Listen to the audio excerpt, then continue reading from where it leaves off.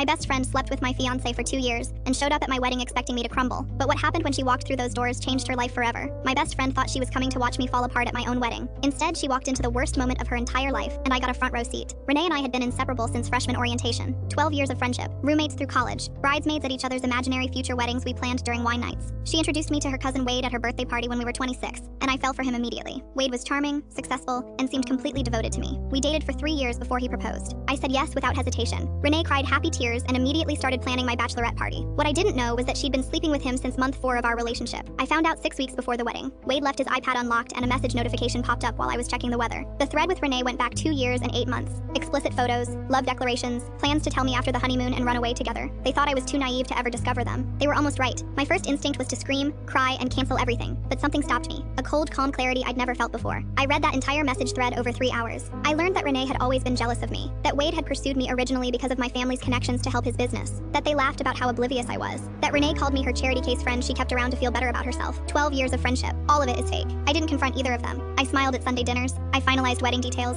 I let Renee throw me a bachelorette party where she toasted to forever friendship while texting Wade under the table. But I was quietly making changes. I called Wade's biggest investor, a family friend who'd known me since childhood. I forwarded him the messages where Wade bragged about inflating quarterly numbers to secure funding. The investor pulled out within a week, triggering an audit that revealed Wade had been cooking books for years. I contacted Renee's employer, an architecture firm where she'd been up for a partner. I anonymously sent them the messages where she admitted to stealing designs from junior colleagues and passing them off as her own. Screenshots don't lie. Then I moved my wedding date up by 1 week without telling either of them the real reason. Venue availability, I said. Everyone adjusted. The morning of my wedding, Wade woke up to federal agents at his door. Securities fraud. His accounts were frozen. His passport was confiscated. He never made it to the church. Renee arrived right on time, wearing the maid of honor dress I'd picked out for her. She walked through those doors with a smug little smile, probably expecting to watch me wait at the altar for a groom who'd never show, probably ready to comfort me with fake tears before running to Wade's side. Instead, she found 200 guests staring at a projector screen. I'd prepared a slideshow. Not of Wade and me, of Wade and Renee. Every photo they'd exchanged, every message calling me pathetic, every plan they'd made to humiliate me. The room went dead silent. Renee's face was completely white. She tried to run, but my actual bridesmaids blocked the door. For 12 minutes, everyone she'd ever tried to impress watched her betrayal play out in high definition. Her parents were there. Her boss was there. Her new boyfriend she'd been stringing along for backup was there. By Monday morning, she'd lost her job, her relationship, and her reputation. Her firm announced her termination citing ethics violations. Her boyfriend moved out of their shared apartment. Her own mother refused to answer her calls for 3 months.